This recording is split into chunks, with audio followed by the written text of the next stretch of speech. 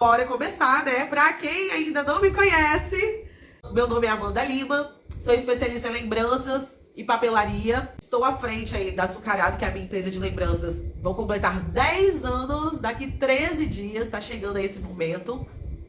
E estou aqui, né, desde 2019 no Empreender, trazendo um pouco mais dessa minha experiência, dos perrengues, do que deu bom, do que deu ruim aqui na minha vida, no meu dia a dia aqui pra vocês, né, empreendedoras e papeleiras. E para começar, gente, falar sobre medo, né, para contextualizar tudo, né, quem estava aqui naquela live sobre mentalidade, sobre os perfis, né, que eu falei sobre a artesã, sobre a empreendedora, sobre que depois, né, que começa a empreender se torna empresária, né, o medo, eu acho que ele vem muito do nosso eu, né, a gente imprime essa personalidade da nossa empresa. E a nossa empresa, gente, é a nossa personalidade em forma de empresa que a gente bota pro mundo. Então a gente acaba expondo um pouco desse nosso lado, né, pessoal, de ser não medrosa, mas de ser contida, de ser mais segura, né, de não querer se arriscar tanto. Mas apesar disso, eu já considero que a gente é muito, nós somos muito corajosas, né, porque pra gente empreender, a gente já começa virando um pouco da nossa chavinha do medo, né? Falando um pouco assim sobre empreender, né? Eu, enquanto pessoa, Amanda, eu me considero uma pessoa, sim, medrosa. Mas assim, eu tive que encontrar, né? Eu venho desenvolvendo, lógico, que nós somos seres em evolução, esse equilíbrio aí entre medo e coragem, né? Porque hoje eu me considero um pouco mais corajosa. O empreendedorismo, ele me ajudou muito também. Porque, querendo ou não, pra gente poder ter um resultado, a gente tem que dar um passo, né? E esse passo, ele vem carregado de medo, né? Então não é sobre ter medo ou não ter medo, é sobre a gente ter medo e ir com medo mesmo, né? Os medos relacionados ao empreender, né? Medo de agir, de arriscar, né? Medo de ousar, né? Os medos que a gente tem em relação ao empreendedorismo, eles são mais medos causados por crenças, né? Crenças limitantes que acabam nos paralisando, nos limitando. E medo de quê, né? Em sua grande maioria, né? Medo da gente se expor, né? E se sentir frustrado, né? Expor uma vulnerabilidade nossa. A gente acaba pensando mais no que pode acontecer de ruim do que focando no que pode acontecer de extraordinário, né? E muita gente paralisa. Simplesmente paralisa, né? Não vai pra frente, trava, não cresce. Aí depois a gente acha, mas eu acho que esse negócio de empreender não é pra mim, não. Eu acho que ter uma empresa em casa não é pra mim, não. Deve ser, aquelas pessoas lá, elas devem ter algo a mais, eu não tenho. Aí a gente se reduz, né? É o mais fácil, né? É extraordinário, né? A gente ousar, né? A gente tentar, a gente se desafiar mesmo. Eu acho que isso aqui também é um desafio pessoal nosso, né? Por que não? Olhando assim para um todo, né? A sua empresa não pode mesmo depender de indicação de familiar compre de você, porque isso é muito pouco em relação ao Brasil inteiro que tá aí para abraçar seu trabalho, para comprar os seus produtos. Então, assim, isso eu acho que a gente não pode se apegar a isso. Eu ouvi uma frase esses dias falando assim: crescer é abrir mão do controle. Porque, de fato, gente, você pode conversar com qualquer pessoa aí que você acha grande e tal. Ah, Amanda, você consegue fazer tudo dentro do controle? Claro que não. Óbvio que não. Porque assim, quem se arrisca, gente, alguma coisa vai sair do controle. Mas isso não quer dizer que você vai sair igual uma doida e descontrolada, comprando tudo, tentando tudo. Também não é assim, né? Então assim, o que eu posso falar, né, pra vocês que em relação ao... Ah, Amanda, tá, mas eu tô com medo. Mas e o que eu faço, né? Pra gente poder dar esse passo e arriscar. Medo, ele vai vir. Não tem como, mas a gente precisa sim. Primeiro, contextualizar da onde vem esse medo. Por que a gente tem esse medo? Por exemplo, por que eu tinha medo de largar personalizados? Porque primeiro eu botei na minha cabeça que se não fosse com personalizados, e que era uma coisa que a gente já fazia há 7 anos, quando a gente parou. Pensa bem, 7 anos do nada você vai acordar, não faço mais. Pensa que loucura isso, né? Mas assim, o que eu fiz? Né? Primeiro eu fui atrás de informações, né? Personalizados corresponde a quantos por cento do meu faturamento. Então a gente vai coletar dados, né? A gente vai tomar decisões, mas aquela coisa. Primeiro a gente vai fazer um solo, depois a gente vai dar um passo, né? E Deus lá de cima vai abençoar. Estudo de preço, estudo de mercado, né? O que eu consigo fazer para me planejar melhor? Quais produtos que eu posso trazer para agregar, mas que não vão me colocar na mesma situação que eu tava, né? Esgotada, porque às vezes eu fazer caixinha tava triste, porque não via que não era mais aquilo ali que eu queria, então virou uma coisa assim meio pessoal mesmo. Depois eu olhei pro meu portfólio e aí eu identifiquei o quê? Fraquezas. Como é que eu ia parar personalizados se eu não tinha uma quantidade vasta de produtos para poder me manter só com eles? E aí eu poder sair do personalizado, entendeu? Então eu fui aumentando ali a minha gama de produtos, fui vendo ali quão maravilhoso era e um processo mais fácil, né? Fui aprendendo outras coisas. Nessa época eu iniciei a encadernação, iniciei a cartonagem, vi que talvez a cartonagem não era aquele momento, dei aquela bem devagar, comecei bem devagar com cartonagem. Então assim, já tinha identificado várias coisas que eu queria estudar, já tinha começado a estudar várias coisas, e aí essas coisas que eu fui estudando, então ó, planejamento, coleta de dados, estudar cursos. Quando você for estudando, você vai validando, não, essa minha ideia tá certa, não, esse é o caminho que eu tenho que seguir, né? Fui abrindo outros mercados, depois, gente, isso durou mais ou menos uns 2 anos, mas assim, basicamente em 2019 eu já tinha certeza que eu pararia. E aí eu comecei o quê? Organizar o financeiro, 2019 todinho, pra poder 2020 parar, né? E 2020 também foi um ano de mudança, de coragem, que a gente foi para o outro ateliê, né? Então, fiz o maior investimento que a gente podia ter feito, abrimos sociedade, né? Tive o contratempo da pandemia, mas ainda conseguimos ficar lá 15 meses, que foi importante, mesmo que alguns meses em lockdown em casa, foi meio assim, né? Louco.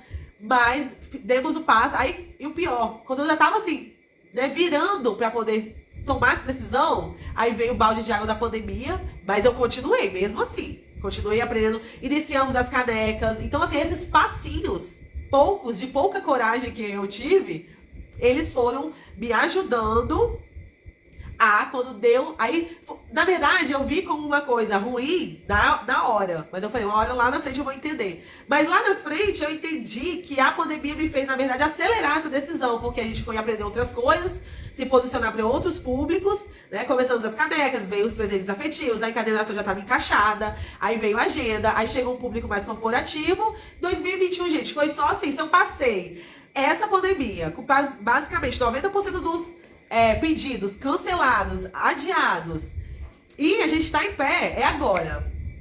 Virou um ano de 2021, a gente tomou a decisão. Então também é sobre planejar, estudar, coletar dados, conhecer a fundo a sua empresa, esperar o melhor momento, né? Organizar o financeiro e esperar o melhor momento. Então, assim, tá vendo que não dá pra ser assim também, eu vou com medo, vou agora, vou arriscar. Também não dá pra ser assim, dessa mesma loucura. Último passinho pra gente poder falar dos medos que vocês me mandaram, tá? Sobre perfeccionismo, né? O perfeccionismo, antigamente, ele era falado como quase como uma qualidade. Como uma qualidade. Inclusive, assim, se você não fosse uma pessoa perfeccionista, a gente se sentia até mal. Eu, inclusive, me sentia mal, porque eu via que o meu grau, assim, o meu grau de exigência, de perfeição, não era tão... Né?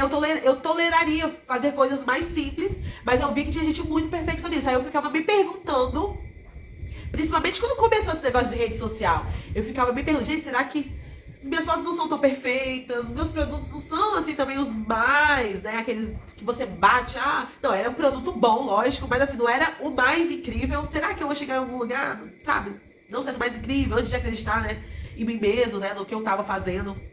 Então, o perfeccionismo, ele é um fator, assim, que nessa questão de medo, né, ele acaba atrasando um pouco, não deixando a gente ver com clareza ali coisas maravilhosas, oportunidades maravilhosas. Por exemplo, eu não vou gravar story porque eu não tenho um ateliê bonito, ou porque eu tenho alguma questão física que me incomoda de aparecer.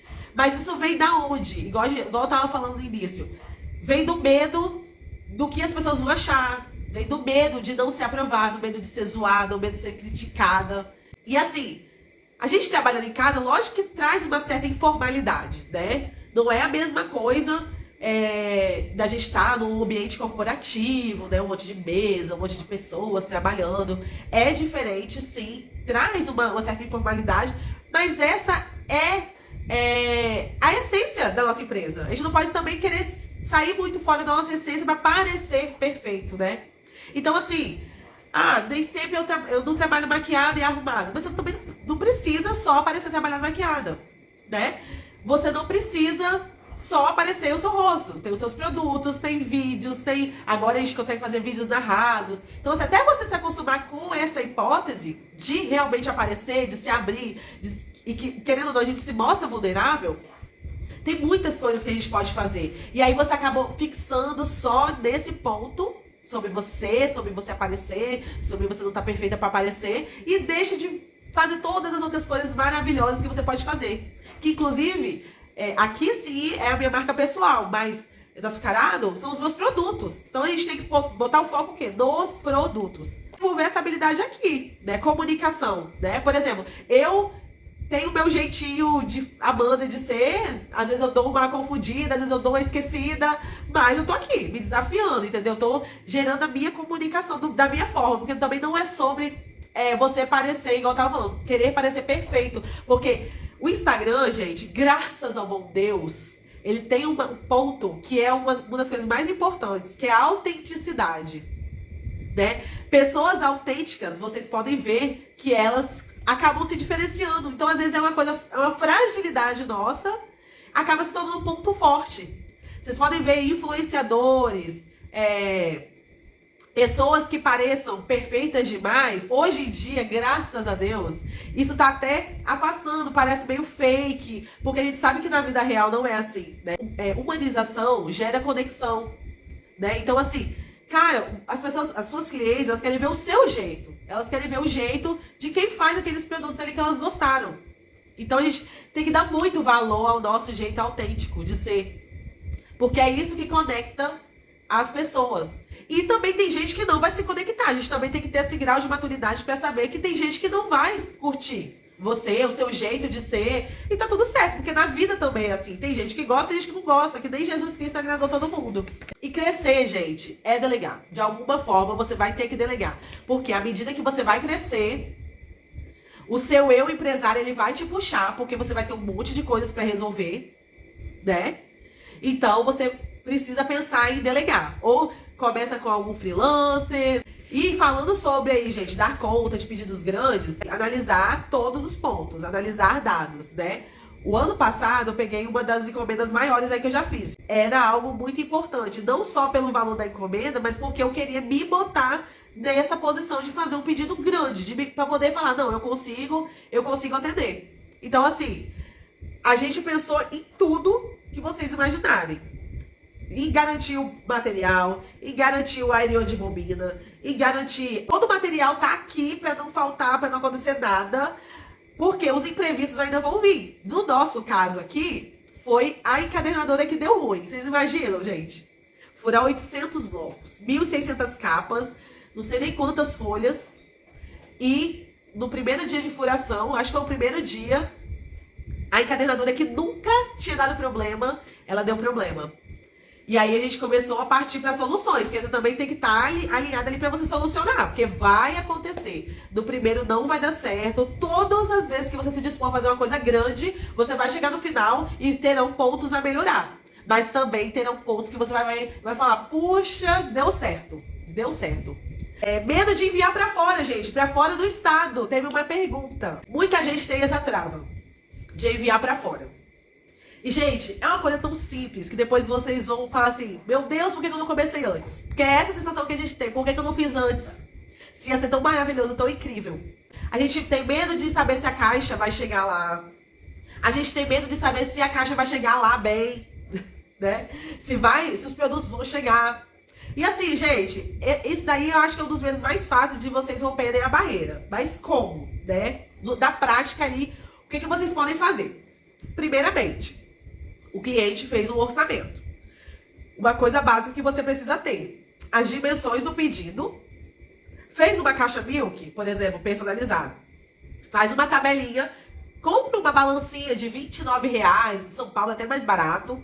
Pesa essa caixinha, esse caderno. Pesa um produto e começa a fazer uma tabelinha da unidade. Quantas gramas tem? né? Você precisa saber quantas gramas tem o pedido, para você poder fazer o quê? O cálculo do frete, para você não ter dor de cabeça nem prejuízo. Já tenho as dimensões e já tenho o peso. Vamos pro próximo passo. Quando o cliente entrar em contato, aí você, mas são quantos? São 10. Então, você vai multiplicar aquele peso ali por 10 e você vai saber o peso da encomenda. As dimensões da caixa. Amanda, mas eu não sei qual a medida da caixa. Gente, vocês vão parar e vão pensar. Com calma. É um kit que eu acredito que caiba nessa caixa, né? Se você tiver caixinhas, falando em caixinhas, com os fundos dobráveis, melhor ainda, que aí você vai poder fechar. Isso é o mais indicado para mandar personalizado por correio. Se for pedido mais volumoso, aí você vai ter que ter a dimensão da caixinha para você fazer uma prévia ali básica, né? A caixinha tem 10 por 5, então você sabe que se é 5 de altura, 5 caixinhas ali, 25 centímetros, você bota uns 5 centímetros a mais, que vai ter plástico bolha, né, e tudo mais que você vai colocar dentro, e vai fazer aquela previsão de caixa. Então você precisa ter o peso, comprimento, largura e altura da caixa. Beleza? E mais o que? O CEP da sua cliente. Com isso aí, você já consegue fazer todo o cálculo de mandar para fora. Aí você vai fazer aonde? Tem o aplicativo do correio, tem o site do Melhor Envio, porque o Melhor Envio ele vai te dar já desconto, como se você tivesse contrato com os correios, tá? Mas basicamente você vai fazer o cálculo, botar um peso, botar as medidas, botar o que você tá vendendo, se é caixa, se é envelope, eles vai te dar as opções, você vai mandar para sua cliente, tem os prazos, tem os valores. E é isso. Eu tenho usado mais o Superfrete. É um aplicativo, Superfrete. Porque os descontos, os valores estão melhores do que o Melhor Envio. Mas é a mesma coisa do site dos Correios com desconto. Então fica bem mais barato mesmo. O que acaba se tornando um atrativo para sua cliente. Você vai colocar lá o valor da mercadoria para ele poder ter um seguro. Porque caso aconteça alguma coisa, você vai receber esse valor. Tá? E acabou. Aí a cliente escolheu, eu vou querer Sedex, vou querer PAC. Aí você vai apertar emitir frete com desconto, você vai fazer o pagamento PicPay, Pix, cartão de crédito, a etiqueta vai na hora pro seu e-mail, você vai imprimir, vai recortar a etiqueta, colocar na caixa, declaração de conteúdo, você só vai assinar, porque você já vai ter escrito ali o que é. Tudo isso você preenche, gente, no aplicativo. Agora, se você não tem muito público fora, Elo 7 é uma ótima oportunidade para você começar a fazer os seus envios. O máximo que vai acontecer é você ter um feedback da cliente. Amassou alguma coisa. Você vai conversar com ela, né? Sobre solucionar problemas. Isso também é sobre crescer. Conversar, enviar outro. Isso pode acontecer, gente. Isso é passível. Toda empresa tem problemas para solucionar. Não existe isso de, a minha empresa é perfeita. Todo mundo passa por esses perrengues, né? E a gente tem que também ter uma forma de solucionar os problemas. Toda empresa tem, né, o gestor ali do caos, né, resolver os problemas. Isso também diz muito sobre a nossa empresa, tá, gente? Sobre como é a nossa postura para resolver os problemas que eventualmente vão acontecer. Lógico que não é sempre. Mas assim, tirando isso, o que vai vir de coisa boa para você, nossa, é infinitamente maior do que o que possa vir a acontecer de ruim.